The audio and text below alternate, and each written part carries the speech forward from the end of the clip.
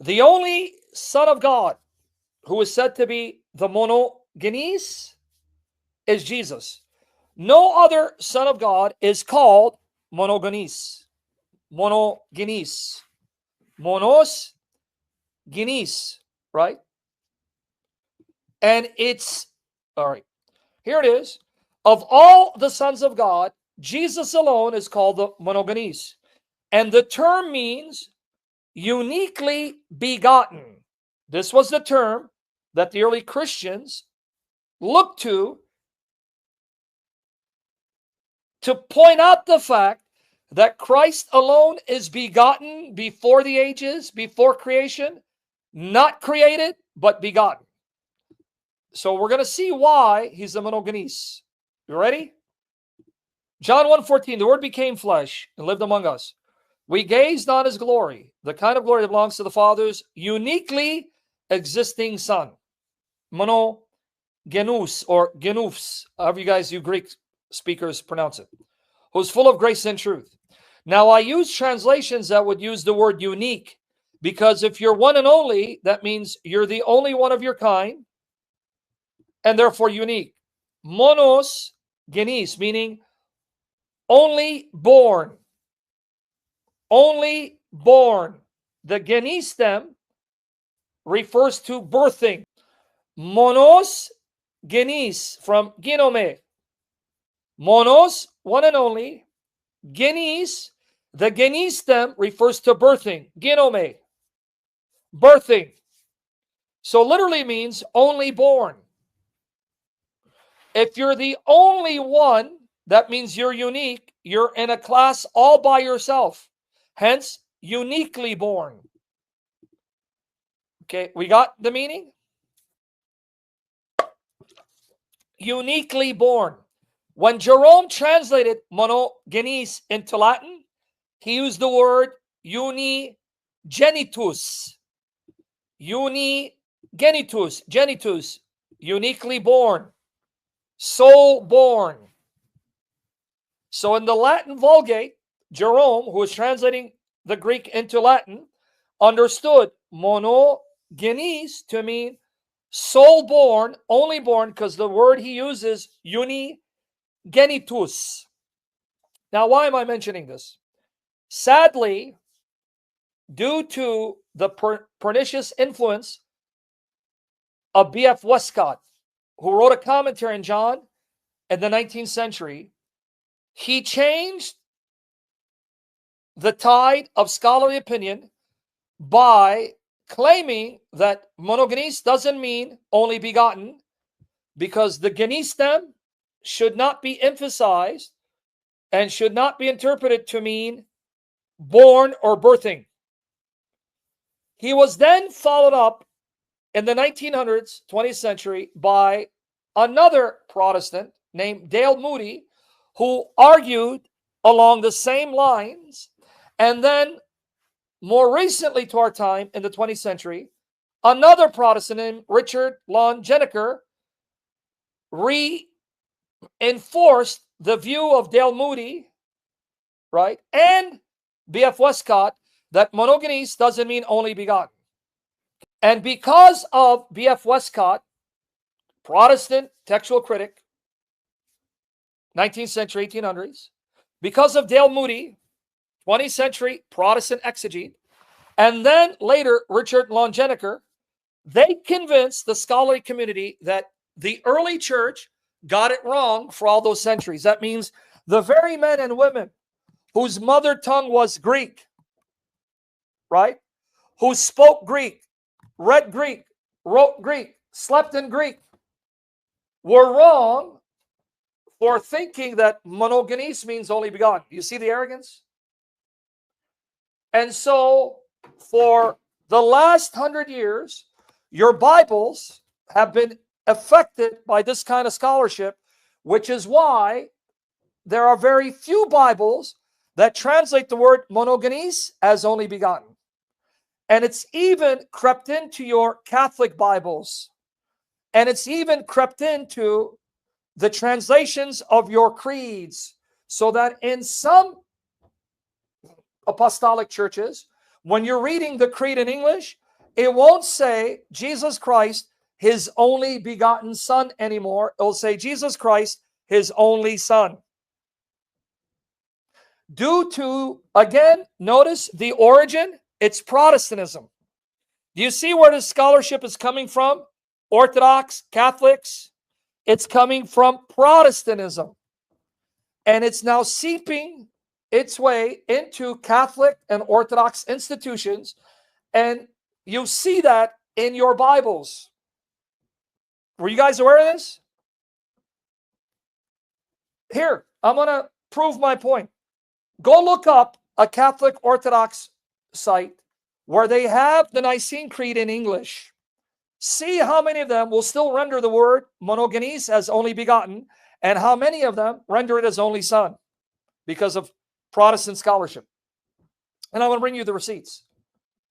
But God has a sense of humor, and because God loves the early church, and God has honored the blood of these holy martyrs, because he loves them, honors them, exalts them. That's why he's preserved their memories and their writings, whereas we'll be forgotten because they're glorified with him. The Lord Almighty has vindicated him because another Protestant scholar named Charles Lee Irons did a massive investigation, right, in a database that was developed by scholars containing every extant Greek writing they could find before, during Christ, and centuries after Christ, in order to examine a particular word and how many times it appears and how it's used. So he went into that database, TLG, exactly, brother, and he looked at the word monogenes and the genestem, and he found the preponderance of the usages of monogenes was only begotten, and he found that the genestem refers to birthing. In other words, the genestem is not used for a brother, a sister, or spouse. It's only used for children who are begotten, thereby overturning Protestant scholarship once again and convincing now many of the Protestant scholars and theologians. Westcott was wrong, Moody was wrong, Longenecker was wrong, and the early church is right. So now they want to go back to only begotten. And I want to give you receipts. What does that tell you, brothers, sisters? Don't fall for modern scholarship. Don't ignore the early Christians, their writings that God preserved. Saints, recognized as saints by all the major churches. St. Athanasius, St. Irenaeus, St. Justin Martyr, St. Augustine, you name it. Don't ignore what they've said, what they've written about the meaning of these terms and the exegesis of the Bible, like John Chrysostom, because time and time again, God vindicates and honors them and shows they were right, and modern scholars are a joke. Well, King James, only begotten. All right. ASV, only begotten. Amplified, only begotten. All right. These are all based on the King James. All right. CSB, his one and only Son. One and only Son. CB, his only Son. Only and unique Son. His only Son. Darby, also based on King James, only begotten. This one, only born Son. Excellent. Douay Rheims, because it's from the Latin. Unigenitus, okay, his only Son, one and only Son. EHV, kudos, a modern translation, more recent one, only begotten. ESV, only Son. Exegetical says one and only, but it puts in brackets, only, unique, only begotten. Good. GNV, only begotten. Okay, only Son, his one and only Son, his only Son, gave his Son, okay, uniquely existing Son. Even J.B. Phillips, a noted scholar of the Greek New Testament, how does he render it? Right? For God so loved the world, he gave his only Son. Jubilees based on the King James. Now, Legacy Standard Bible is John MacArthur's version of the New American Standard Bible, 1995 edition. His seminary took the NASB and updated it, but there are now 3 NASBs on the market, New American Standard Bibles. 3. The 1995 edition, the Legacy Standard Bible, updated version of New American Standard Bible, done by MacArthur Seminary, and then the updated New American Standard Bible. Now, LSB is the updated edition of New American Standard Bible, 1995 edition, done by John MacArthur Seminary. So they went with Only Begotten Son. But New American Standard Bible has an updated version called New American Standard Bible. Watch how they're going to change it. Now here, MEV, Only Begotten Son. Mounts, who's another scholar of Greek New Testament, is one and only Son. Guys, your Catholic New American Bible, Revised Edition, His only Son. Now watch, the NASB 1995 went with Only Begotten. When they updated it, they dropped the word begotten. See what they did? You can't even keep up with the Bibles anymore. What edition are you going to follow? New American Standard Bible, 1995 edition? Or are you going to update and go with the New American Standard Bible, update edition, which no longer translates monogenes as begotten? And how do you keep up? If they keep doing this to you,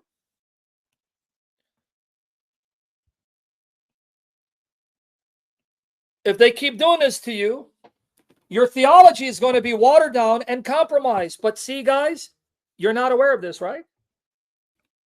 Okay, now, that's New American Bible, Revised Edition, right? But look, NASB, when they updated it, no more begotten. But over here, they're 1995, Only Begotten. That's why Legacy Standard Bible decided to update NASB. Glory to Jesus Christ, they kept in the word begotten. Okay? But there's also another Catholic Bible called New Catholic Bible. I don't know if you know of it or aware of it. Look, New Catholic Bible, His only Son. You see how many translations no longer use the word begotten? And you know what's the most ironic thing about all of this? The most ironic thing about all this? Even the Jehovah's Witnesses in their Bible, they still translate monogenes as only begotten. Did you know that? See, of the 5 places where monogenes is used, how many places are rendered as monogenes in these Catholic Bibles? Let's look at Dewey Rames.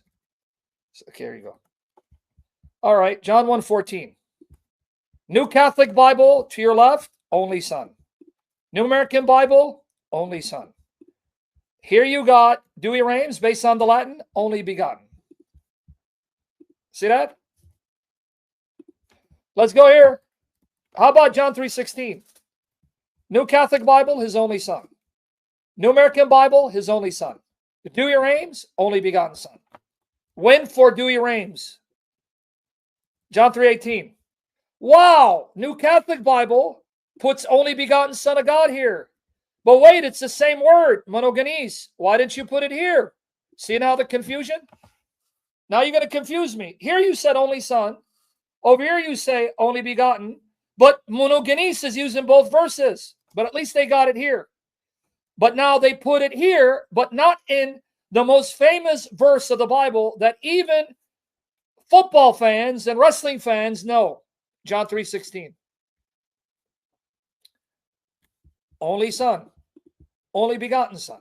Now the final example. 1 John 4:9. Wow! Catholic Bible, win again. His only begotten Son. New American Bible, Revised Edition, His only Son. Did you notice Dewey Rames? In all 5 places, translating from the Latin, only begotten. New Catholic Bible, only 2 out of 5 places. New American Bible, none. Now, if you want to really laugh, the Jehovah's Witnesses translate monogenes as only begotten, but they do it for a different reason. Do you know why they want it to be only begotten? because they're going to use the begotten part to prove he was created. So they want it to mean only begotten, because they'll say, wait, hold on. If he is begotten, that means he came into existence. He's not uncreated. Ask the ex-Jehovah's Witnesses that are here, like Jesus Christ reigns. When he was a Jehovah's Witness, he would use this very word, monogenes, and argue that it means only begotten to prove, see, he's born, the only one directly created by the Father. Ask any Jehovah's Witness, what's one of the proofs they give that Jesus is created? Oh, he's called only begotten, monogenes, meaning the only one directly created by God. That's part of their argument. So they will argue passionately with you. The early church was right in translating monogenes as only begotten. In the 5 occurrences where Christ is called monogenes, even Greg Stafford wrote an entire section in his book proving that monogenes means only begotten.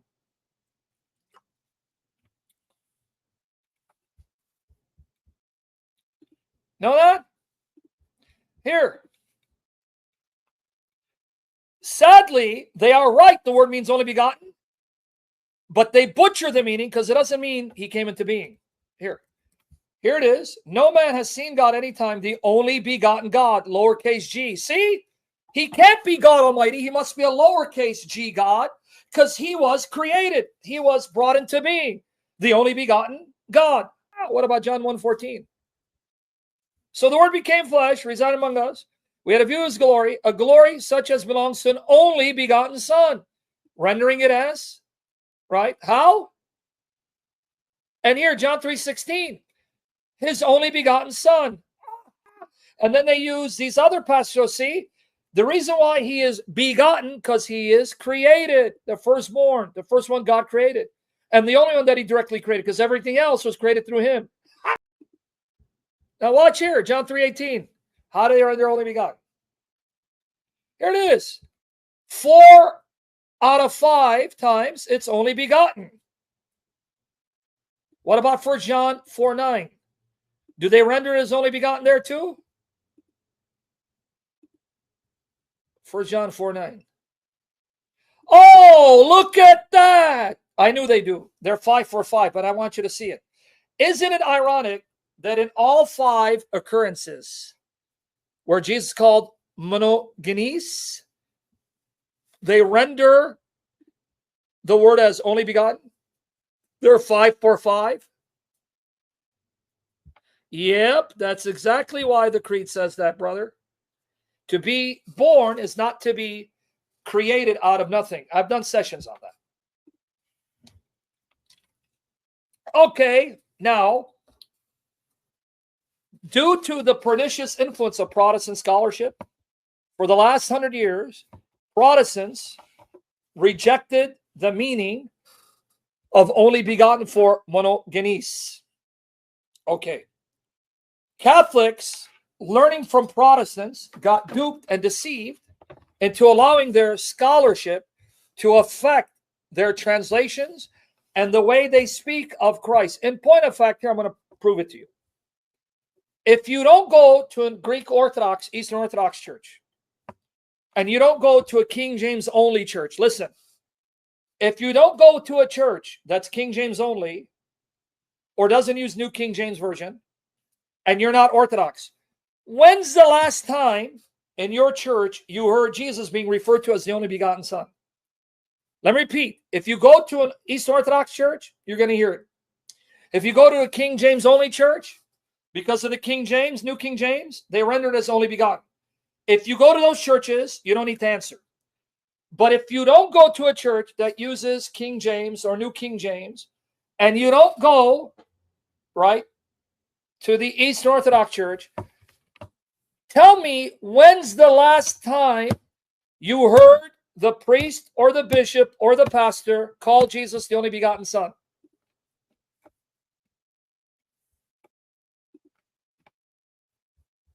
When's the last time? Isn't it ironic?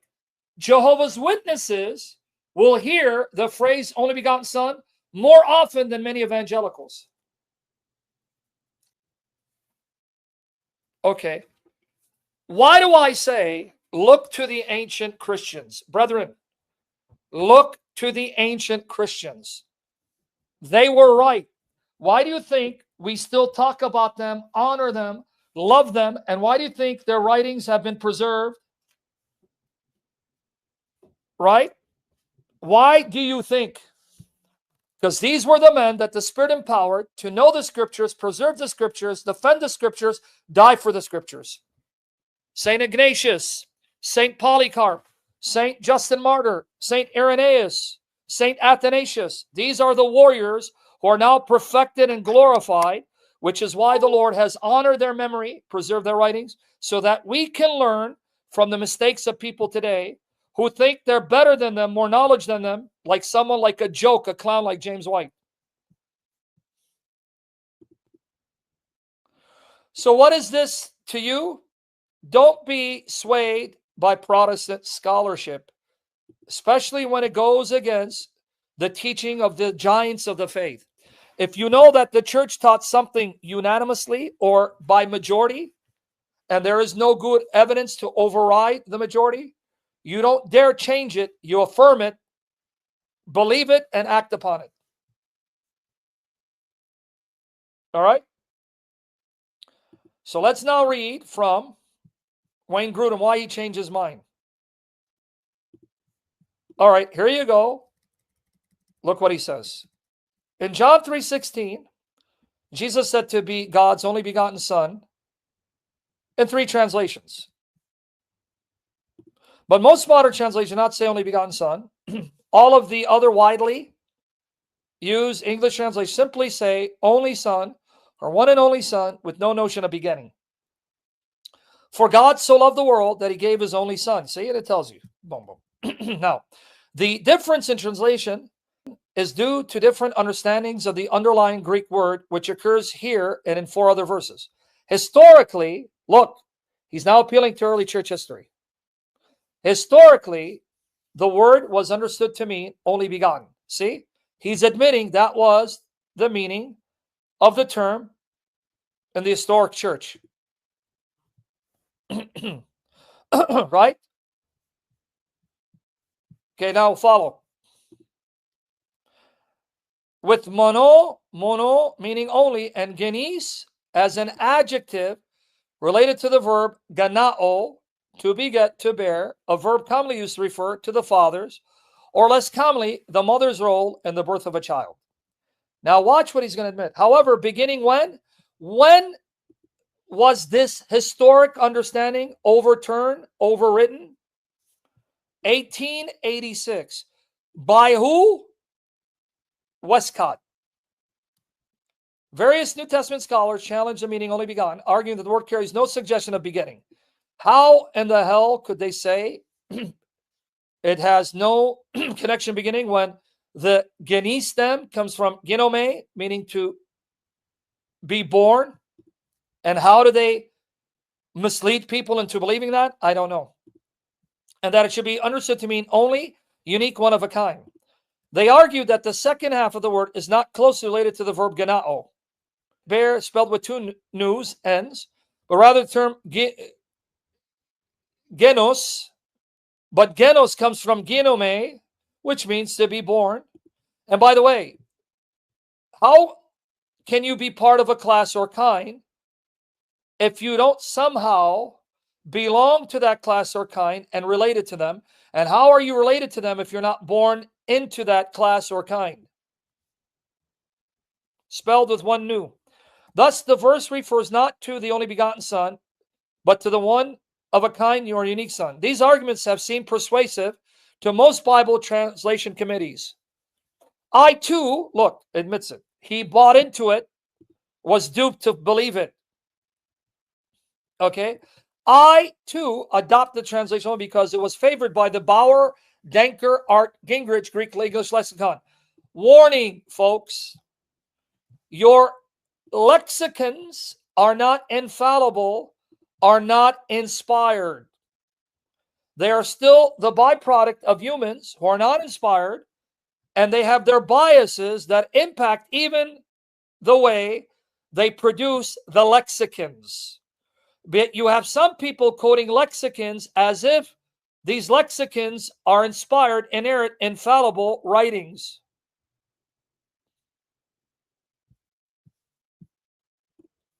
Anything produced by men without inspiration and guidance by the Spirit, open to question. This is why it does upset me and angers me when my opponent will keep going to lexicons and scholars as if those sources settle the matter and as if the scholarly opinion is unanimous.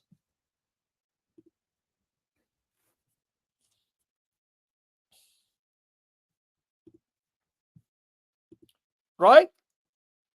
Okay. So because of this lexicon, several times, a large majority of commentaries, I also added an appendix C in the first edition, defending only to the first edition's book. I recommended that it would be better not to speak of the eternal begetting generation son. Now watch his admission. But then in 2017, substantial new evidence came to light by this Protestant named Charles Lee Irons. When? 2017. Published a significant essay, a lexical defense of the Johannine only begotten. Irons reported that he had found many hundreds of examples of monogenes and the early church fathers who wrote in Greek. See, their mother tongue was Greek. If they didn't know Greek, you're going to tell me this dude, Westcott, in 1886 knows Greek? He then pointed to B.F. Westcott's 1886 commentary on the Epistle of John as the earliest support for the meaning unique rather than only begotten. Now, guys, understand what it means. For 1800 years, Christians understood the word to mean only begotten, especially those who read Greek. 1800 years, this guy comes along and says they're all wrong. For 1800 years, the Greek-speaking Christians who wrote in Greek all understood monogenes to mean only begotten. Even in Latin, Jerome translated unigenitus, which means only begotten. No one disputed it, and this dude comes out of nowhere and says, no, you're all wrong.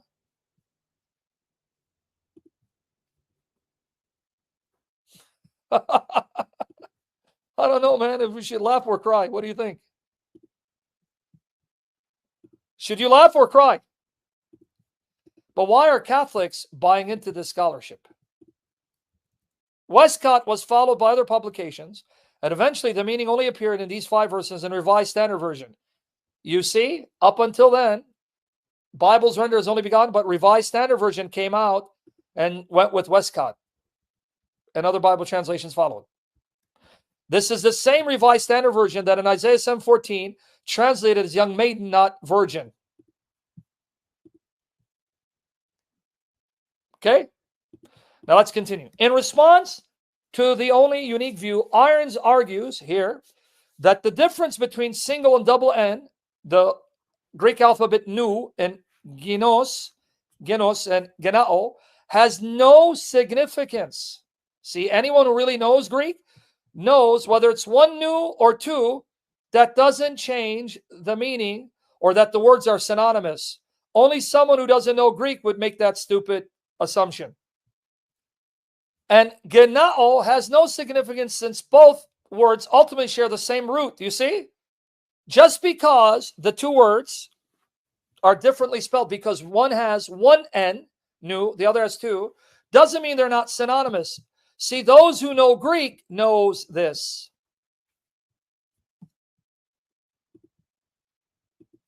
All right. And the doubling of the N is a common spelling variation in Greek. You notice that? That's why the Greek fathers saw no problem. That here, genao has two nus, but genos has one. Irrelevant, because whether it's one or two, they share the same root and can be used synonymously. Significantly, Irons found, look, at least 145 words in ancient Greek that are built upon the genis stem. He saw the word genis used in words not just monogenes. Other words, and always mean born, birthing, begetting. By far, the largest number of them have the idea of being born or produced here. These include thalassogenes, born of the sea. Neogenes, newborn. Notice it doesn't refer to a sister or a brother or a father, mother, always a child. Patrogenes, begotten of the father. Protergenes, born sooner, older. Purigenes, born in or from fire. He says fewer than 12 of the 145 Genes words involve meaning related to kind. But even to be a particular kind means you must be born into it. You understand? Even when you say particular kind, the only way you can be of a specific kind is if you're born into it. For example, we are humankind. Why? Because I'm born human. Hello? McFly.